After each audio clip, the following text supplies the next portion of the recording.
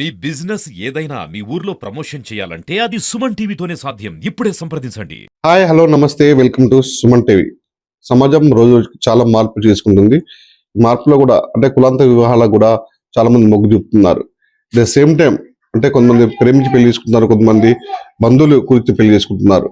ఈ నేపథ్యంలో కూడా ఆ ఈ సమాజం కూడా వరకట్న వేధింపులు పోయి అనుకుంటే మళ్ళీ కూడా ఈ వరకట్న వేధింపులతోని చాలా మంది బలవుతున్న సందర్భాలు ఉన్నాయి.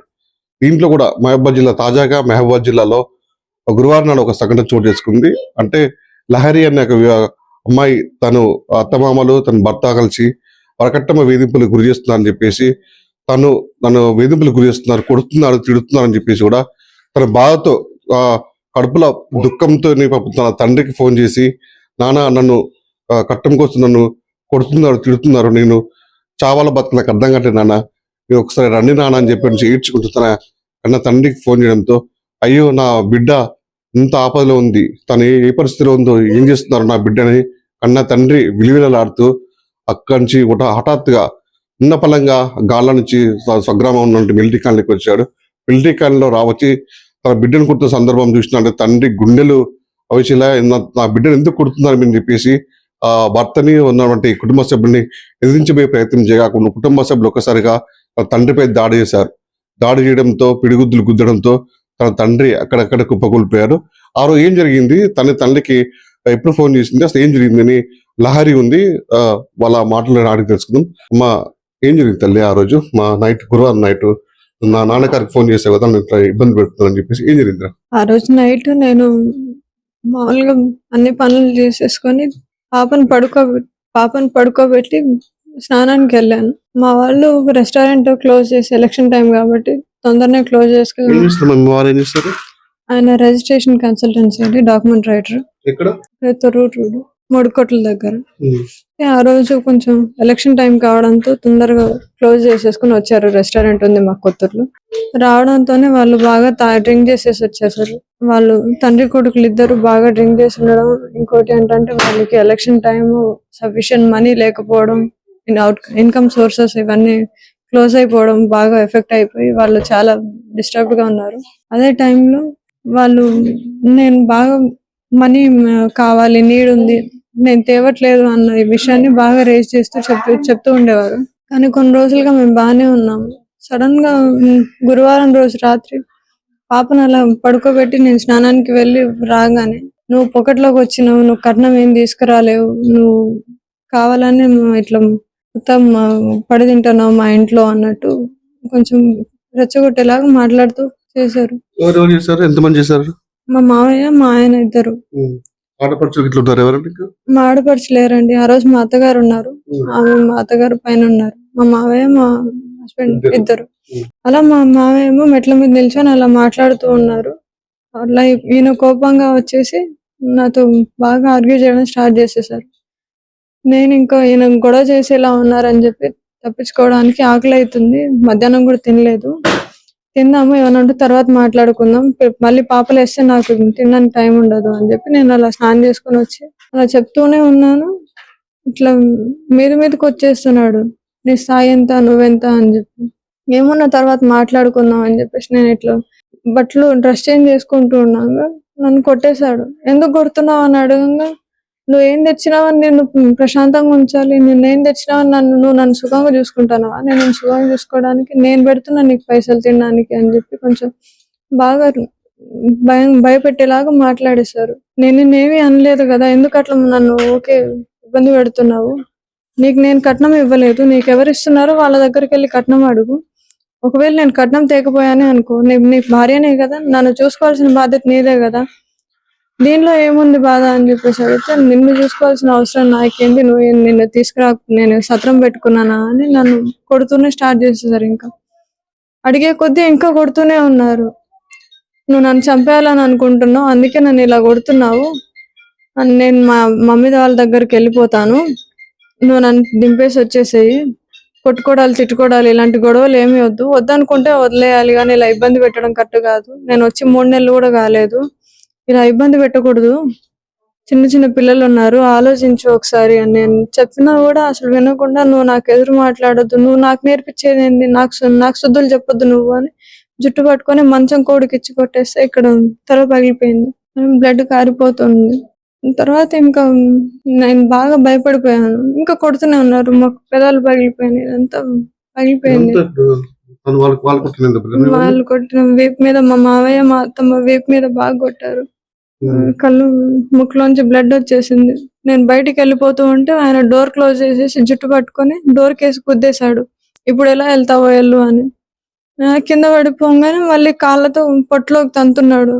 నువ్వు రూపాయి తీసుకురావు, నిన్ను నేను పోషించాలా, నిన్ను నేను సాదుకోవాలా, నువ్వు నాకు ఫ్రీ, నేను చూసుకోవడానికి నేను ఏం చేస్తున్నావు, ఇంట్లో పడి తింటున్నావు అని చెప్పేసి బాగా ఇబ్బంది పెట్టేశాడు. ఒక 5 నిమిషాలు మా అత్తమ్మ మా మామయ్య కూడా బాగా కొట్టేశారు. అప్పటికే మొత్తం ఆయన చెయ్యి మొత్తం బ్లడ్ అయిపోయింది.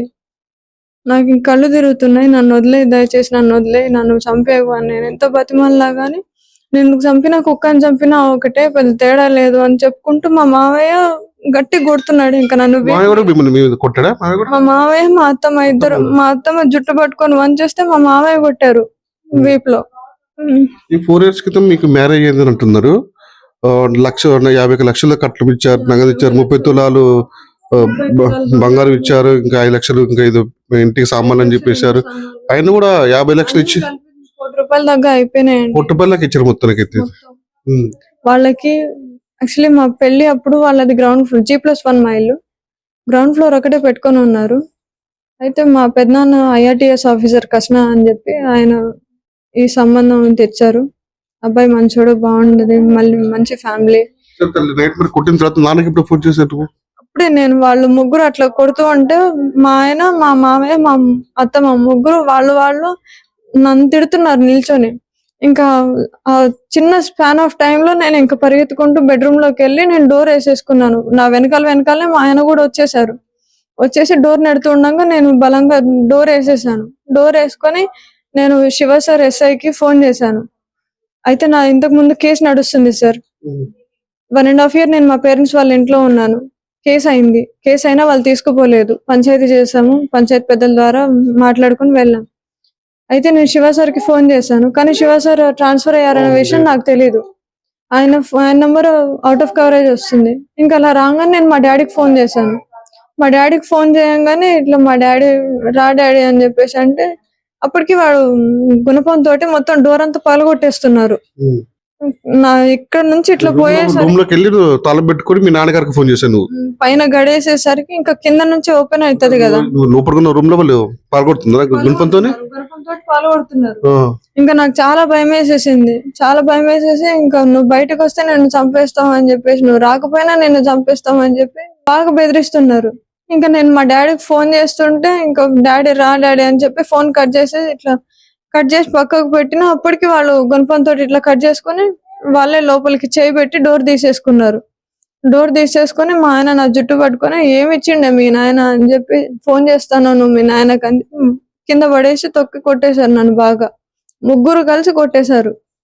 ఏం తెచ్చావు నువ్వు అని, నీ కాళ్ళు పట్టినప్పటి నుంచి దరిద్రం వచ్చింది మా ఇంట్లో, అన్ని లాస్ట్ లో పడుతున్నాం మేము అని చెప్పేసి బాగా కొట్టింది మా అత్త. ఇంకా నన్ను అట్లా కొడుతూనే ఉన్నారు. నేను కింద పడిపోయి ఉన్నా. మా తమ్ముడు మా డాడీ ఇద్దరు వచ్చారు, కరెక్ట్ టైంకి వచ్చారు. వాళ్ళు ఎవరు వెళ్తారో బయటికి బయట వెళ్ళేటోడిని చూద్దాం అని చెప్పేసి మా మావయ్య ప్రదీప్ మా తమ్ముడిని ఫుల్ ఇట్లా లాగి కొట్టేశాడు, స్పెట్స్ అవన్నీ పలగొట్టేశాడు. ఇంకా మా ఆయన మా డాడీ వాళ్ళు రావడంతోనే లైట్స్ ఆఫ్ చేసేసారు. CCTV కెమెరాస్ ఉన్నాయి మా ఇంటి ముందు, కనిపించకూడదని లైట్ ఆఫ్ చేసేసారు. లైట్స్ ఆఫ్ చేసేసి గేట్స్ వేసేసారు. మా ఆయన మా మావయ్య గేట్లు అనగానే మా మావయ్య మా ఆయన ఇద్దరు వెళ్ళి గేట్స్ వేసేసారు. గేట్ క్లోజ్ చేసేసి ఇంకా ఇద్దరిని కింద పడేసి తంతూనే ఉన్నారు. మా డాడీకి 3 days నుంచి సివియర్ ఫీవర్ తో ఉన్నారు. ఆయనకి హెల్త్ బాగాలేదు. నేను డాడీ అనగానే వచ్చేసారు. ఆయన ఇంకా రావడంతో ఇట్లా గొంతు పట్టేసుకొని ఇట్లా కంటిలో కొట్టేశారు బాగా. ఆయన స్ప్రో తప్పి కింద పడిపోయాడు. కింద పడిపోయిన అన్ని నేను లేపుదామని చెప్పేసి నేను వాళ్ళ 2 మందిలో బాగా అటు ఇటు బాగా తోసుకున్నారు. మా తమ్ముడినేమో మా ఆయన గొంతు పట్టుకొని పిసుకుతా ఉంటే మా మావయ్య అట్లనే కింద సెన్సిటివ్ పార్ట్ ని, ప్రైవేట్ పార్ట్ ని పట్టుకొని పిసుకుతున్నాడు, లాగుతున్నాడు. నువ్వు ఎట్లా బతుకుతావు, బతికి బయటకు వెళ్తావో చూస్తా అని. నేను వద్దు మావయ్య, చచ్చిపోతాడు మావయ్య, వద్దు మావయ్య, దండం పెడతా మావయ్య, వద్దు మావయ్య అని చెప్పినా ఎంత లాగినా కూడా నన్ను దోసేశారు. మరి స్ప్రో తప్పి పడిపోయి ఉన్న మా నాన్నని మా అత్తమ్మ ఇట్లా ఒంగోబెట్టి వేపులో గుద్దుతూనే ఉంది పక్కకి. వద్దత్తమ్మా అని ఎంతలా కాపురతిమాలుతున్నా కానీ మళ్ళీ నన్నే జుట్టు పట్టుకుని ఏడ్చి కొట్టింది. మా డాడీకి ఇంకా నేను డాడీ అని లేపి ఆ తర్వాత ఆయన స్ప్రో వచ్చాక అప్పటికి మా తమ్ముడిని బాగా కొట్టేశారు, గొంతు పితికేశారు మొత్తం. మా డాడీ లేచి మెల్లగా మా తమ్ముడిని ఇట్లా వాడిని విడిపించేసరికి మళ్ళీ మా డాడీని మీద పడ్డారు. మా డాడీని పొట్లో కాలుతోటి కొడతా ఉన్నారు. తర్వాత మా డాడీ స్ప్రో తప్పిపోయి పడిపోయారు. అక్కడ నుంచి తీసుకెళ్లారా, హాస్పిటల్ తీసుకెళ్లారా? ఏం జరిగింది అక్కడే? మళ్ళీ బయటికి వెళ్ళనివ్వలేదు. ఇక్కడే చావాలి నువ్వు, చస్తే ఇక్కడే చావాలి, ఇక్కడే చావాలి ఇంత నువ్వు, క్రూరంగా ఉంటారమ్మా అసలు? చాలా కొట్టేసారు. నువ్వు చచ్చినా ఇక్కడే చావాలని చెప్పారు.